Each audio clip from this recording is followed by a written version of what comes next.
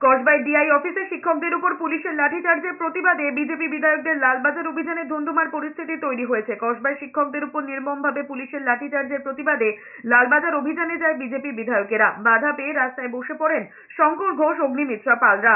রাস্তায় শুয়ে মুখ্যমন্ত্রীর বিরুদ্ধে স্লোগান দিতে থাকেন শঙ্কর ঘোষ। এরপরে কার্যত টেনে হিঁচড়ে শঙ্কর ঘোষ সহ বিজেপি বিধায়কদের প্রিজন ভ্যানে তুলে সেন্ট্রাল লকআপে নিয়ে যায় পুলিশ।